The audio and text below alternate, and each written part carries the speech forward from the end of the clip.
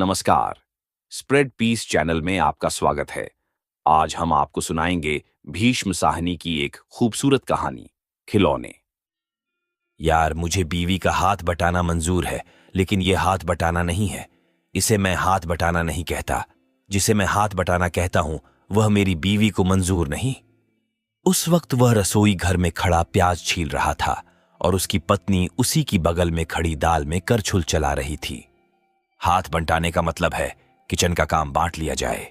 कुछ काम वह करे, कुछ काम मैं करूं और चुपचाप दोनों अपना अपना काम करते रहें। भाभी क्या कहती हैं? मैंने पूछा। वह चाहती है कि किचन में वह हुक्म चलाए और मैं हुक्म बजा लाऊं। वह कहे आलू छील दो तो मैं आलू छीलने लगूं। वह कहे चिमटा पकड़ाओ और मैं भाग कर चिमटा उठा लाऊं। यह मुझे मंजूर नहीं। इस पर उसकी पत्नी कपड़े से हाथ पोंछती हुई हंसकर बोली, काम तो सारा मुझे ही करता पड़ता है जी। बांट दो तो भी और नहीं बांट दो तो भी। यह भुलक्कड़ आदमी है, करते कम है, बिगाड़ते ज्यादा हैं। जो कहो वही कर दें तो बड़ी बात है। लो सुनो, देख लिया, ये हमें हाथ बंटाने का इनाम मिल रहा है। इस पर वह हंसती हुई पति का ढाढ़स बंधाने लगी। नाराज हो गए? बात बात पर तो ये मुंह फुला लेते हैं। फिर पुचकारती हुई सी बोली, नहीं जी, इनकी बड़ी मदद है। यह न हो तो मैं कुछ भी नहीं कर सकूं। बस यही मुझे मंजूर नहीं। दिलीप बोला, सारा काम भी करो और फिर भी यह कहे कि मैं केवल मदद कर रहा हूं। घर चलाती तो स्त्रियां ही हैं। तुम भले कितना काम करो, होगी तो आखिर मदद ही। मैंने चुटकी ली और दिलीप के कंधे पर हाथ रखकर बोला, तुम्हारी पोजीशन यही रहेगी मिस्टर। प्याज छीलना रसोई बनाना नहीं है और तुम सदा प्याज ही छीलते रहोगे। घर में लगभग आधे घंटे से बिजली बंद थी और एक मोमबत्ती की टिमटिमाती रोशनी में वे दोनों रसोई बना रहे थे। मेरी पत्नी और मैं दहलीज के बाहर खड़े उनके साथ हंस बतिया रहे थे। तुम जाओ जी, बाहर जाकर बैठो, इन्हें भी बैठाओ। दिलीप की पत्नी उसके हाथ से चाकू लेते हुए बोली, मैं सब देख लूंगी, अब थोड़ा सा ही तो काम रह गया है। हमारे बीच इस बात की भी होड़ लगी रहती है कि काम का क्रेडिट किसे मिलेगा और किसे नहीं मिलेगा। अब अगर मैं प्याज छीलना छोड़ दूं तो ये सारे काम का क्रेडिट खुद ले जाएगी। कहेगी सारा खाना तो मैंने बनाया है। हमारे यहां भी यही हाल है। मैंने जोड़ा, औरतें रसोई घर में अपनी हुकूमत बनाए रखना चाहती हैं। पति सारा काम करता भी रहे, फिर भी कहेंगी थोड़ी बहुत मदद करता है। इस पर बगल में खड़ी मेरी पत्नी झट से बोल उठी, तुम करते ही क्या हो? घर में सारा वक्त अखबार पढ़ते रहते हो, यहां भाई साहब मदद तो करते हैं। फिर कहिए भाभी जी। दिलीप चहक उठा, मैं तो चपातियां भी सेंकने लगा हूं। कहो तो आज बनाकर खिला दूं? बहुत डींग नहीं मारो जी, दिलीप की पत्नी बोली। आटा गूंध लो, यह भी बड़ी बात है। चपाती बनाते हैं, लकड़ी की लकड़ी दोनों तरफ से जली हुई। मुझे लगा दिलीप की पत्नी सचमुच खींची हुई थी। दोनों हंसी हंसी में ही थोड़ा तुनकने लगे थे। मुझे डर था हमारे सामने उनके बीच झगड़ा न होने लगे। मियां बीवी के बीच झगड़ा होते देर ही क्या लगती है। ऊपर से गर्मी का दिन था और बड़ी देर से बिजली बंद थी। आग के सामने खड़ी वीणा की बुरी हालत हो रही थी।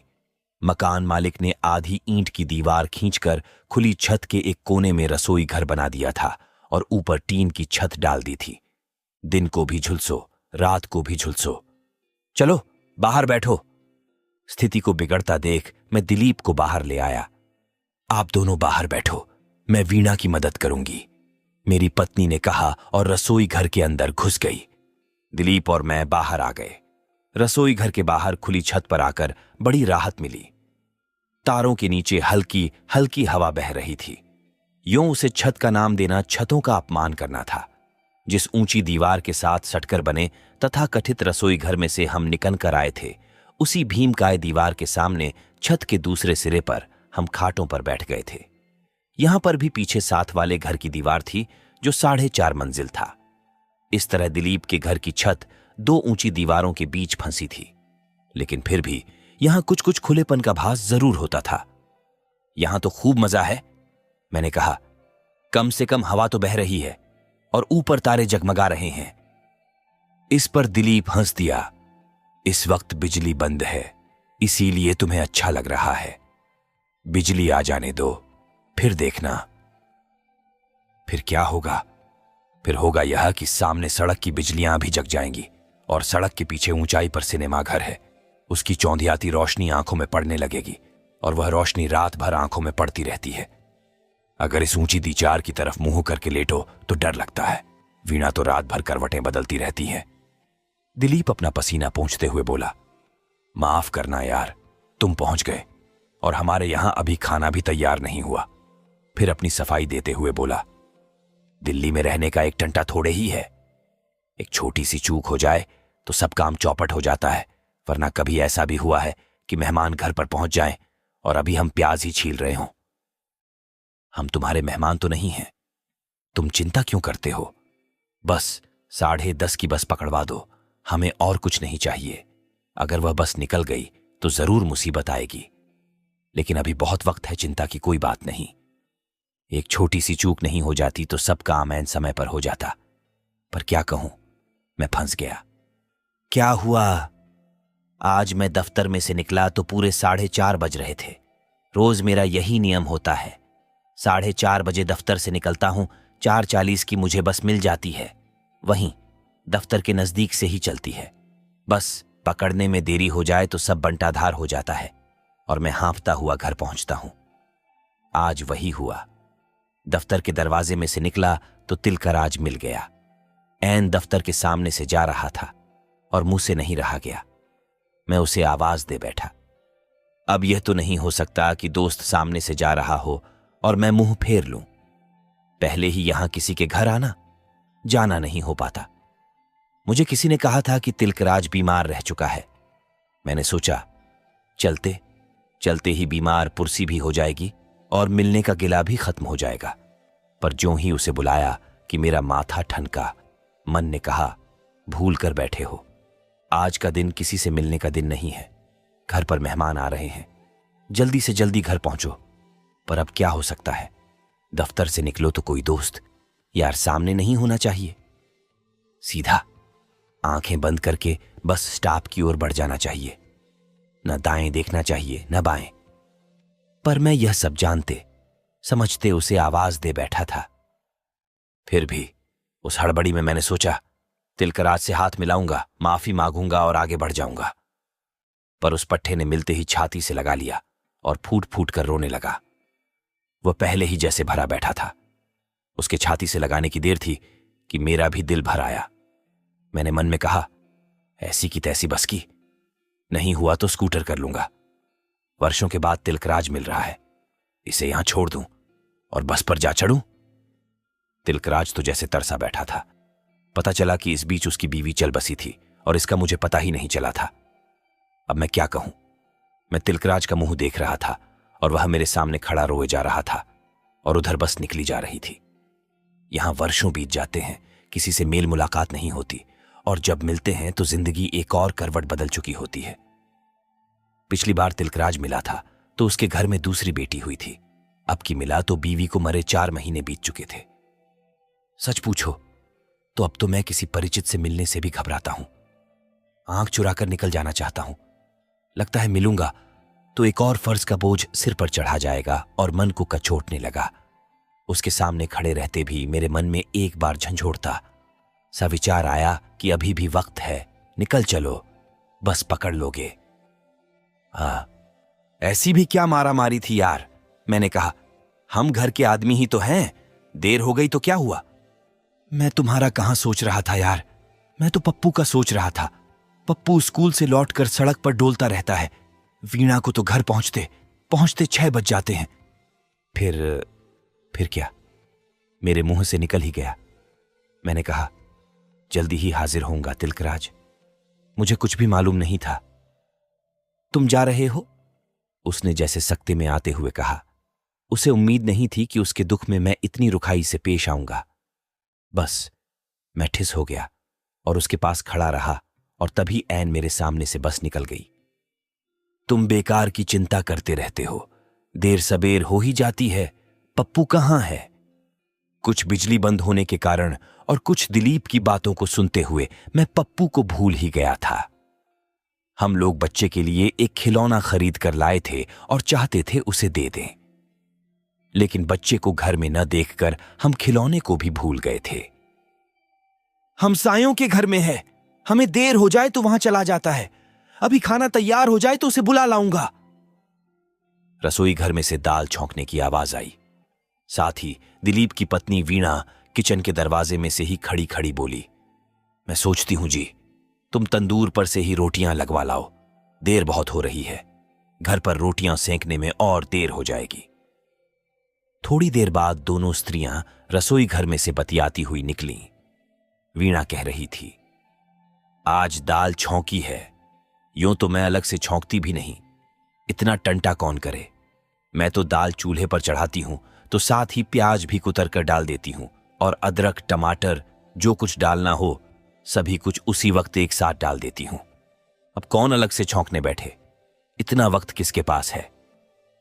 औरतें चहक सकती हैं, मर्द लोग सारा वक्त झींकते झंझलाते रहते हैं, राजनीति की बातें करेंगे, सियासतदानों को बुरा भला कहेंगे, उनकी नजरों में सभी कुछ गर्त में जा रहा होता है।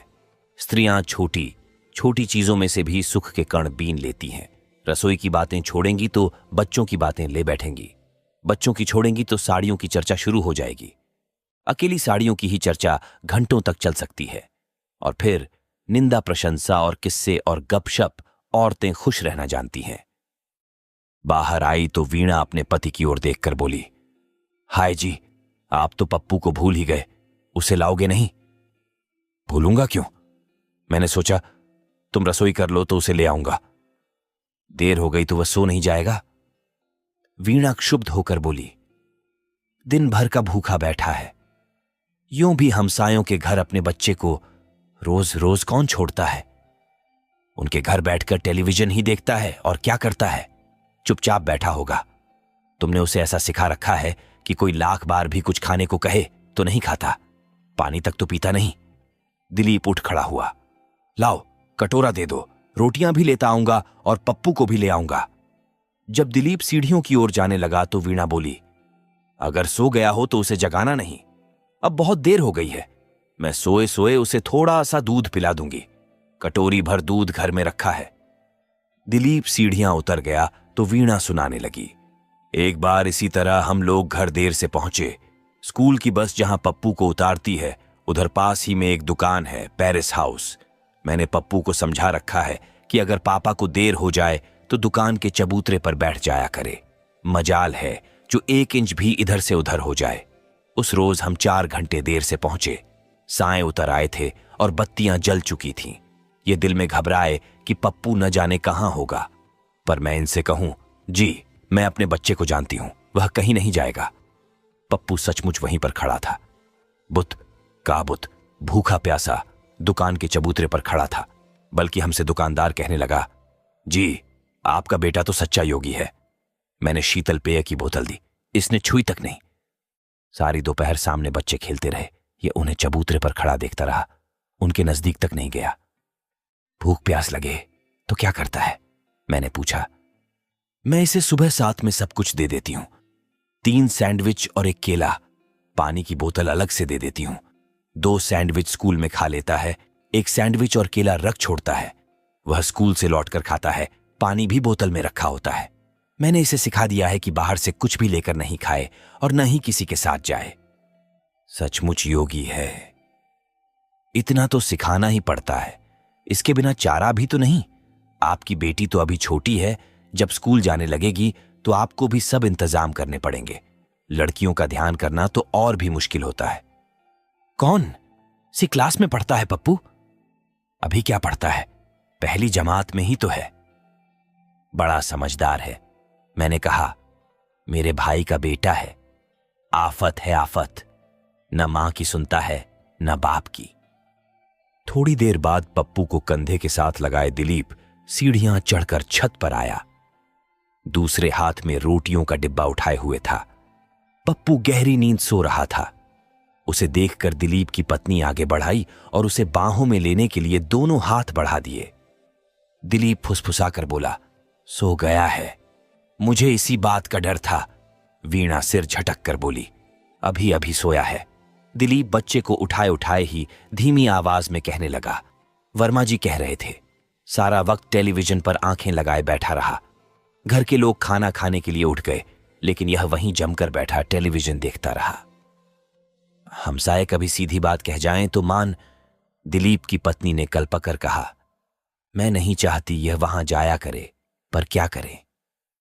एक दिन जाता है तो दूसरे दिन वे जरूर कहते हैं, हम तो टेलीविजन नहीं देख रहे थे, तुम्हारा बेटा देख रहा था। फिर मेरी पत्नी की ओर देखकर बोली, बुढ़िया रांड अभी तो गहने बनवा रही है, लेकिन दिल चिड़ी जितना छोटा है। मेरी पत्नी ने मुझे इशारा किया कि थैले में से खिलौना निकाल लाऊं। मैं संकोच में पड़ गया। इस समय खिलौना देना ठीक नहीं होगा। घर लौटते समय चुपचाप खिलौने को बच्चे के सिरहाने रख देंगे। इससे मां बाप को भी पता चल जाएगा कि हम खिलौना लाए हैं, और बच्चा भी सुबह उठकर उसे देख लेगा। पर सहसा बच्चा जाग गया। दिलीप की पत्नी का ही दोष था। दिलीप उसे बिस्तर पर लिटा रहा था कि उसकी पत्नी से नहीं रहा गया, और वह बच्चे के बाल सहलाने लगी। सिर पर हाथ रखने की देर थी कि बच्चे ने मां का हाथ पहचान लिया और आंखें खोल दी। देखा, तुमने जगा दिया, दिलीप फुसफुसाकर बोला। इसके साथ लाड प्यार करना हो तो छुट्टी के दिन कर लिया करो, बाकी दिन इसे पड़ा रहने दिया करो। फिर पप्पू को थपथपाते हुए बोला, सो जा पप्पू, देर हो गई है, कल सुबह स्कूल भी जाना है। और दिलीप ने पत्नी को इशारा किया कि वह सामने से हट जाए और पीछे और गहरे अंधेरे में चली जाए। उसी समय बिजली आ गई और सीढ़ियों वाले दरवाजे के ऊपर लगी बत्ती जलने लगी, और बाहर सड़क की बत्तियां भी जल उठीं, जिससे सारी छत पर रोशनी फैल गई। कुछ बत्ती के कारण और कुछ मां के स्पर्श के कारण बच्चा जाग गया और आंखें खोल दी। पप्पू, दिलीप ने जोर से कहा, आंखें बंद कर। अब जाग ही गया है तो जागने दो जी, 2 कौर रोटी खा लेगा। दिलीप ने तर्जनी मुंह पर रखते हुए फिर से कहा, और बच्चे की करवट बदलकर उसका कंधा थपथपाने लगा। पप्पू जाग गया था, लेकिन बाप के डर से आंखें बंद किए लेटा था। कुछ हमें देख पाने का कुतूहल, कुछ मां बाप से मिलने की उत्सुकता, वह खाट पर पड़ा पड़ा ही आंखें मिचमिचाने लगा। थोड़ी देर बाद अपने आप ही बोला, पापा, मैं आंखें खोल दूं? हाय बेचारा, मेरी पत्नी के मुंह से निकल गया। दिलीप ने फिर एक बार कहा, पर बच्चा जाग गया था, अब उसे थपथ पाने में कोई तुक नहीं थी। दिलीप खींच उठा, अब तुम ही इसे सुलाओ, मैं नहीं सुला सकता। दिन भर का भूखा है जी, अब जाग जो गया है तो थोड़ा खा लेगा। तुम इसे बिगाड़ रही हो? नहीं नहीं, ये बिगड़ा कहां है, ये तो बड़ा प्यारा बच्चा है। इस पर मेरी पत्नी को जाने क्या सूझी, सबके सामने बोल दिया, दे दो न जी वह खिलौना जो हम पप्पू के लिए लाए हैं। खिलौने का नाम सुनते ही पप्पू ने फिर से आंखें खोल दी। तुमने सब गुड़गोबर कर दिया यार, दिलीप ने खींचकर कहा। अब यह 11 बजे तक नहीं सोएगा। कोई बात नहीं, एक दिन वक्त पर नहीं सोया तो कुछ नहीं होगा, मैंने कहा। तुम इसकी नींद को नहीं जानते यार, सुबह इसकी आंख खुलती ही नहीं। इसकी मां सुबह 6 बजे से इसे जगाना शुरू करती है तो 7 बजे जाकर यह कहीं जागता है। मुंह पर पानी के छींटे डालते हैं तब कहीं उठता है। कोई बात नहीं, कोई बात नहीं, कहते हुए मैंने खिलौना थैले में से निकाल दिया। खिलौना क्या था, एक मोटर कार थी जिसके साथ लंबी सी तार लगी थी। तार का दूसरा सिरा हाथ में लेकर बटन दबाओ तो मोटर खड़ी हो जाती थी, फिर से दबाव चलने लगती थी। मोटर कार को देखकर पप्पू की आंखें फैल गईं। वीणा ने मेरे हाथ से मोटर कार लेते हुए कहा, लो बेटा, देखा अंकल तुम्हारे लिए क्या लाए हैं, इस पर एक बार हाथ फेर लो, फिर मुझे दे देना। खिलौना तुम्हारा ही है, तुम्हारे ही सिरहाने रख दूंगी, सुबह उठकर ले लेना। पप्पू की आंखें खिलौने पर लगी थीं, पर बाप के डर से हाथ आगे नहीं बढ़ा रहा था। वीणा ने खिलौना उसके हाथ में दे दिया। पप्पू उठकर बैठ गया। खिलौने को हाथ में लेकर उसने हम दोनों की ओर बारी बारी से देखा और फिर खिलौने को छाती से चिपका लिया। उसकी उन नींदी आंखों में अभी भी खुमारी भरी थी। नहीं पप्पू, एक बार कह जो दिया, तुम केवल एक बार इस पर हाथ फेर सकते हो, इससे ज्यादा नहीं। पर पप्पू ने उसे और भी ज्यादा जोर से भींच लिया। दे दो बेटा, अब खिलौना मुझे लौटा दो। शाबाश बेटा, पप्पू बहुत अच्छा बेटा है। दिलीप ने धीमी किंतु दृढ़ आवाज में कहा। इसे मैं अपने सिरहाने पर रख लूं मां? पप्पू ने शिथिल सी आवाज में कहा। नहीं पप्पू, दिलीप ने डांट कर कहा। मैं तुम्हें अपने आप कल दे दूंगा। अब तुम लेट जाओ। पप्पू की आंखों में जो क्षण भर पहले खिलौने के अंग अंग को सहला रही थीं, दूरी सी आ गई, जैसे खिलौने की आकृति धुंधली पड़ने लगी हो। पप्पू के सारे शरीर में एक हूक सी उठी और उसने खिलौने पर से हाथ हटा लिए। हम लोग उसकी खाट पर से हट गए। वीणा दूध ले आई और कटोरी पप्पू के मुंह को लगा दी।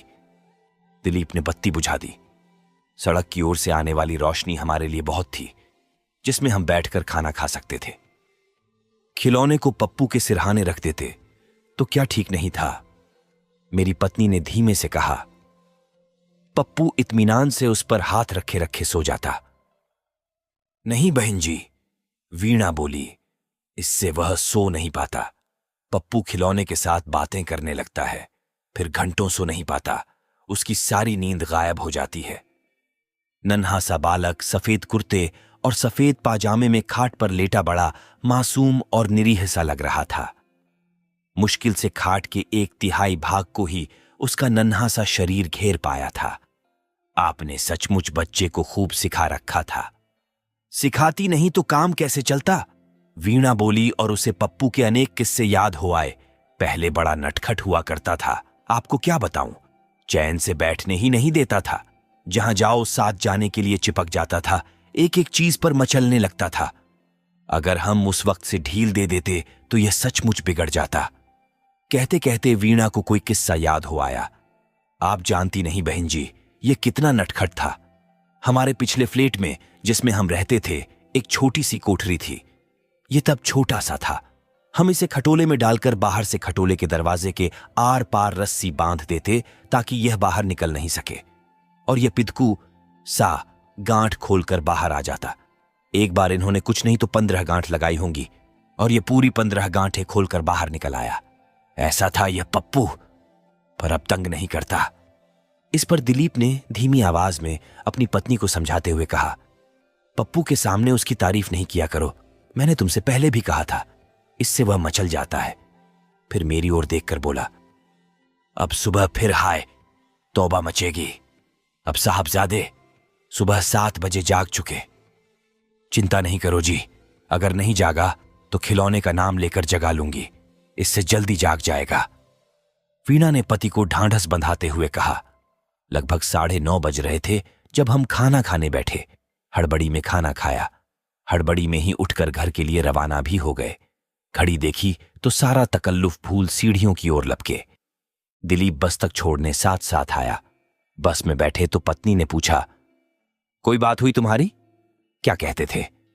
खाने पर क्यों बुलाया था? ज्यादा बात नहीं हुई, वक्त ही नहीं था। पर फिर भी इधर आते हुए दिलीप ने जैसे मेरे कान में बात डाल दी है। क्या कहा?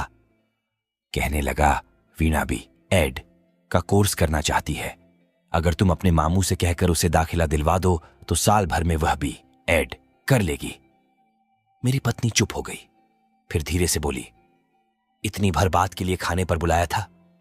यह तो तुम्हें खत में भी लिखकर बता सकते थे, तुम्हारे दफ्तर में टेलीफोन भी कर सकते थे। फिर मेरी ओर देखकर बोली, तुमने क्या कहा? मैंने कहा कोशिश करूंगा। पत्नी फिर चुप हो गई। दिलीप खुद भी बैंक के कोर्स में नाम लिखवाना चाहता है। उसकी क्लासें शाम को लगती हैं, दफ्तर के बाद जाया करेगा। उसके लिए भी कह रहा था कि मैं मामा जी से कहकर उसकी सिफारिश करवाऊं ताकि उसे दाखिला मिल जाए।